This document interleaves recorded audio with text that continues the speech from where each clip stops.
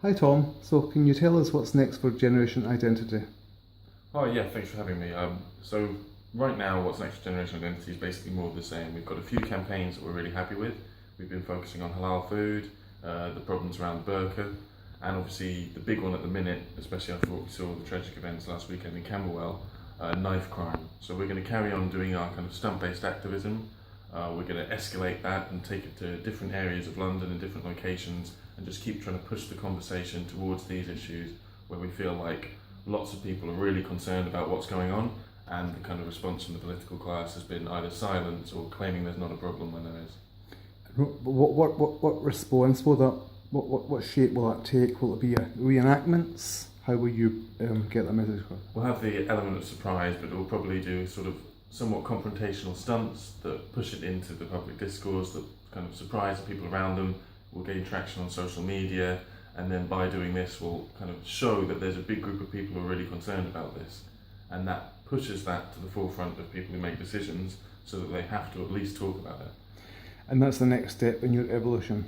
Well, it's a continuing part of our evolution. That's the tactic we use. We're going to continue to use it. We're focusing on those 3 campaigns at the minute. There will be more in the future, but for now that's what we're going to be working on. And have you still banned all us oldies? What's your age limit and why? You're absolutely forbidden from doing any of this. We couldn't have it. So in terms of a hard and fast age limit, because obviously GI is Europe-wide, some branches is a hard cap at 30. There's no one over 30 in them. We're not quite that strict in the UK, and we've got a few key members in their early and mid-30s. Mostly though, people from say certainly 40 above, we put them either into a support group, and that's still a very active role, and they offer us a lot of support, and they come to a lot of events that we run with them and attend with them, so they still have a lot of input and a big role to play. And do you aspire to be something more than a street movement? I personally don't think street movements have much impact on politicians. I would just hate to jump in, but I wouldn't call us a street movement at all. To me, a street movement would be something like the EDL or perhaps the FLA, where they are not a political party, which is something we do share with them, but that their tactic is rallies. And I think, although we do sometimes attend other people's rallies, if they're very large, such as stuff around Free Tommy, I don't think the track record of public rallies and marches is that they ever make any impact. I mean, how many people came out in 2003 about the Iraq War? I think it was... Well, look at Antifa, they're still chasing their own tails after all these years, and they're just getting older, dirtier, scruffier, and more smelly by the day. So you're not a street movement? No, we're not a street movement, because it's not that we don't want to belittle people who think that's a good strategy, but just from having looked at the experience of the last 10, 20 years, I don't think it works. So what we're trying to do is more what kind of, I think, the smarter groups, perhaps on the left, say environmentalists and so on, have done, which is do this kind of stunt-based activism, and then combine that with the education we do through our study circles and through the information we put out on social media and our website, so that people are drawn to us to see what we're talking about, and often they'll find they agree. And we'll usually run petitions as well off the back of this, which allows us to kind of build up a base of supporters and people who agree with us. Okay, and is there a chance you can ever get funded? I mean, if Hope Not Hate can get cash thrown at them with all the lies and the propaganda they put out, you certainly can. Well, yeah. Are you trying to raise cash just now? And there's union money as well in Hope Not Hate. I don't think Unite's going to be knocking at our door anytime soon. Are you chasing cash, or are you trying to? So what we want, and my ideal, and this is currently how we're funded, is that it's small individual donations. We've got guys giving £10 a month, £20 a month, mostly in the UK, obviously some in Ireland as well, a few in continental Europe, and a fair few in the US as well. We are a bit wary of having a few very big donors, because although that's obviously very useful and that can in some ways take what you're doing to the next level, it also bears the risk that then you have less control over what you want to talk about. So it's always a balancing act. You always need more money to do these things because it just increases your capacity, but you have to be careful how you take that. Okay. Government bodies, they seem to be pumping cash only into left-wing organisations. People like Tell Mama, Yeah. Faith Matters, Hope Not Hate. There needs to be a right-wing. Well, it's a tragedy, isn't it? Because we've supposedly got a Conservative government, and yet they didn't pull all the funding from the left-wing organisations. In fact, they doubled down on it.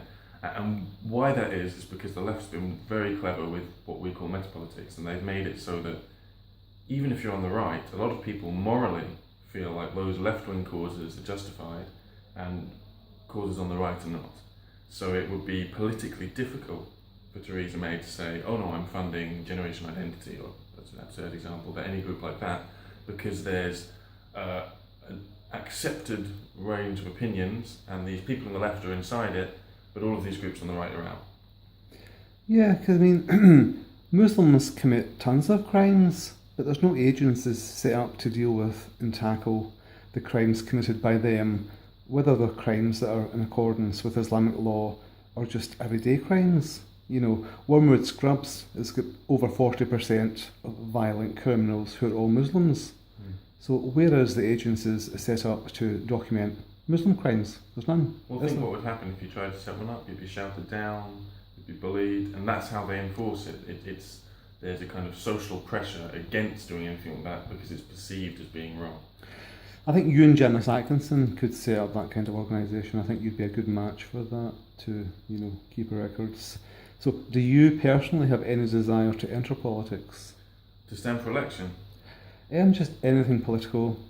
I mean, what we're doing is in a sense political, right? And I think there's campaigns and similar things in and around that where I suppose, yes, that is political activity that we are continuing to do. In terms of actual standing for election as a party, I don't think right now that's the best strategy. I think it's... For you or for GI? For GI, definitely not. For me, also definitely not. In general, I'm not even totally convinced it's the way at the minute because we have this first past the post thing which kind of means there's a lot of gridlock around the main two parties. Well, you're still young and I have very great faith in the fact that you will transcend GI and move on to better things. So, let's go on to Moron Jones, as I like to call him. Now, I never go looking for the guy, but he's like that I think one. He's a good principal guy. He's just like that one turd that you keep flushing and it just won't go away. I mean, he's an embarrassment to everyone though, right? The left, a lot of the left hates him now. No, he doesn't speak for anyone on the left. He's become almost like a cartoon character, a bit like Sarah Palin became in the US. It's like the one who says what her enemies want her to say, and therefore gets a lot of media coverage and so on because she's saying like a cartoon version of what people on the right think, and he does the same for the left. But he has no arguments.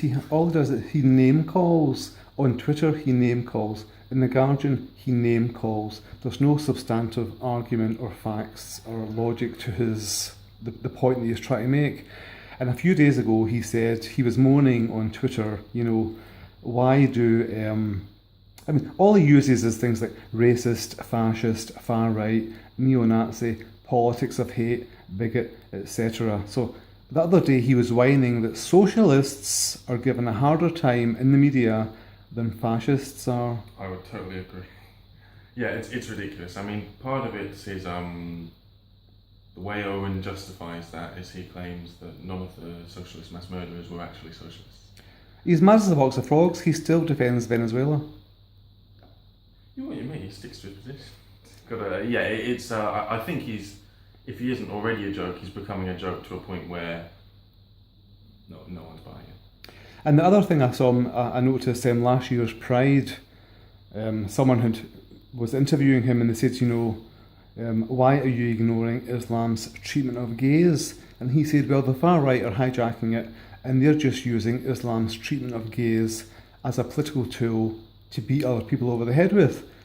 Well, I would put it to Owen Jones that his ignoring the treatment of gays under Islam is also using it as a political tool. He's an absolute coward. He's afraid of... well, it's also, there's an inconsistency in what he believes and that he thinks Muslims are victims and must always be kind of treated nicely. And he also thinks that gays are victims and must be treated nicely, but Muslims are higher up the victim ranking than gays. Okay. So he therefore doesn't care when it happens like that. I mean, after the London Bridge, he was tweeting out, oh, we're sitting in the pub, we're not afraid. The very next day he's saying, oh, Londoners are carrying on as usual, we are resolute, we will not be destroyed. Well, you know, of course, no one's going to just flee London because of a car jihad. So I thought that was absolutely disgusting. You know, there's coverage in the papers where it's like, look, a guy's holding his beer as he walks away from a terrorist attack. Life goes on in Britain. Yeah. And there's just total ignorance to the fact that, you know, people were slashed open with machetes on a Friday or Saturday night, just while they're out for a drink. That doesn't matter because, at least we kind of kept calm and carried on. Yeah, but of course his little legs are not running anywhere because he's nowhere near London Bridge, you know. So I think the guy should count to 10 before speaking. But that's just my opinion. I didn't think of something worse. And also, you know, I was at the last Free Tommy event at Whitehall. Yep. And Generation Identity, they came into the arena like rock stars. You honestly did. The crowd parted, it was like the Red Sea, you were hoisting your banners, and it was so effing sexy. Patriotism, and it's nothing to do with how you or your members look. It was just the fact that What do you mean? standing up for something, having that patriotism, that nationalism, you know, People it was were really, really well. okay, you're a good looking guy, fishing for compliments, but it was so sexy. No, I mean, the response from the crowd was remarkable. I mean, if you see the footage of people just partying and clapping, they were clearly, and I think that's not just about how it was presented, I think that was because it was the branding, everything. Really keen for there to be a group talking about this stuff, and people are, GI's been active and kind of insistent enough, particularly about the rape gangs issue, for a while now, that people recognise that and they are genuinely welcoming. I mean, we did a similar thing actually at the anti-Trump protest the day before, and you'd be surprised how many people in that crowd were actually supportive as well. Now, I've had the pleasure of meeting you before, and you're very, very young. And I remember being quite stunned that you knew what British values are, because I've spoken to young Londoners before, and they all quote Cameron. They always say that being British means, showing that we are generous and inclusive and tolerant on the world stage. But you didn't. You had a completely different answer. You knew what British values are because you grew up in Kent. And that is true, and that's a sad thing as well. We always talk about, the strategy for integrating migrants has to be around teaching them values.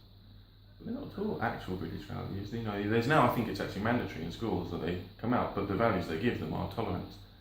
100-year look at our history, tolerance is not a British value. I mean, it is to some extent, but it's not in the way that people are imagining it, as intolerance of whatever comes in from the world and whatever practices they want to have.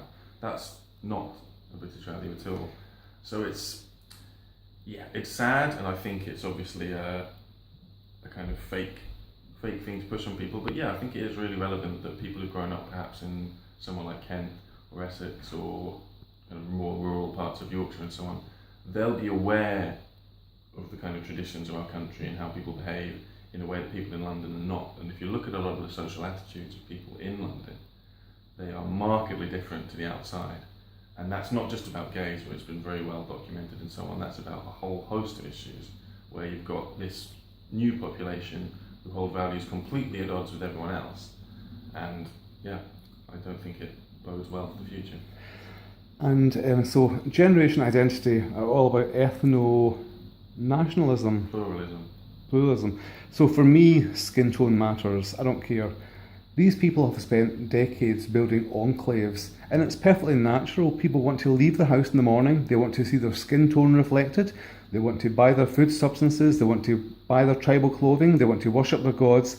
It's the most natural thing on planet Earth. I mean, people do tend, most people, obviously some people don't, some people join a society and totally integrate and just join in and don't live with people like them. But when you have a larger group, you have seen that people do tend to want to spend time around people like them. The idea of ghettoisation has obviously sometimes negative factors like economic cost of having to be there, but also there is a positive sense in that people actually just want to live around people who share their customs and use the same shops as them. And that's normal. Hairdressers. In South London, there are different kinds of hairdressers. I used to struggle to get a haircut where I lived in Camberwell because obviously it's a completely different skill. They're used to cutting black hair. Yeah, I used to be a hairdresser. I can't cut black hair. It's a totally different. Skill set. Yeah. So I mean, there's nothing, and there's nothing wrong with that. And that's, but obviously that does mean that you can get these situations where people feel displaced. So say, I always bring up the example of East London, and because the population changed really quickly, a lot of the shops that the community there, the traditional East London communities would have used, they either close or are replaced with ones that they maybe could use, but it wouldn't be the same, or they can't use, and the kind of communal life ends. And often that's when you get this, they sneeringly call it white flight, but in reality it's just displacement. You go and live somewhere else where you can try and have that community again. And then you end up really with what I call parallel societies, where you have this monolithic block within parts of London that's a kind of culture completely at odds with the norm. And that brings us back to the integration question.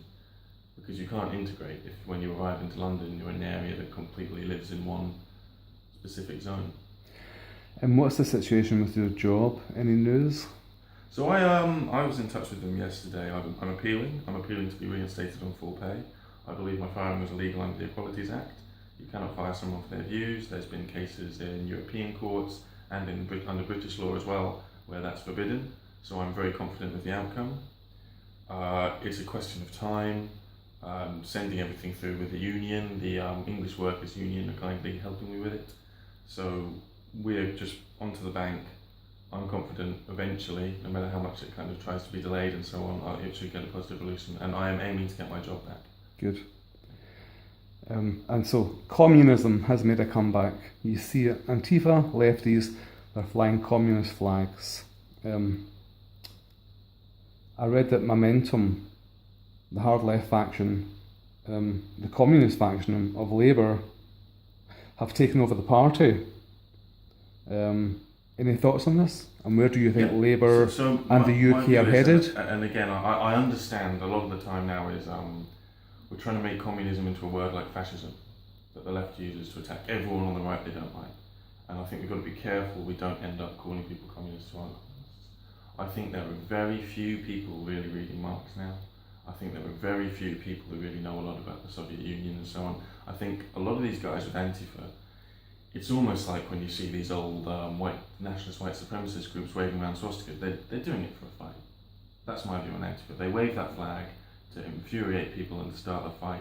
Now, Momentum is slightly different. I think they're a very radical kind of, I would say they're new left, so kind of after Tony Benn, early 90s, a bit like what happened with the Democrats in the US, and they really want to take over to this kind of ultra-progressive, but I would say not communist, although it's much more left-wing than what we've seen before, wing of Labour. And then that ties in with, obviously, these guys around McDonnell, and to a lesser extent Corbyn, who are in a way old Marxists. I wouldn't say they've got a comeback. I mean, most people I talk to claim that the left is actually a bit moribund at the minute. They've still got a lot of social power in that they can shame people. You know, I wouldn't have been fired if I joined a kind of left of Labour group. It wouldn't have happened. So there is still that apparatus there where they can shame us, but not the other way around. But if you look at the state of kind of left-wing political activism, it's just not there. I mean, Momentum is, they had a coup with managing to take over Corbyn, but Corbyn's now imploding. The anti-Semitism thing, I don't think he can ever recover from, because it's true. And there's just not much kind of grassroots activism coming out of that side at all. So, final question. Any advice, any solutions to people watching on how they can get involved or how they can make a change? Yeah, there's lots of different things you can do. I mean, one I would obviously shamelessly plug for is to apply to join GI, or if you feel you're not suitable, apply to donate to join GI, because we're always in need of funding and we're also always in need of personnel. So that's, I think, a key thing you can do if that suits you. That doesn't suit everyone. I think the other thing is just try and get involved in what is this growing sphere on the right. You saw at these Tommy events, you had a coming together of lots of previously disparate or antagonistic groups. They've all got their own angle, and they're all working towards specific things, and they also disagree with each other on a lot of things. But I think they are united by these ideas around the freedom of speech, and certainly these concerns about kind of mass child sexual abuse in Rotherham and so on. So I think anything in that sphere is really helpful. And if people can get involved in that, be that through financial support or actual activism or even joining parties that talk about that, I think that's really important. Okay, well, thank you, Tom. All right, Thanks very much.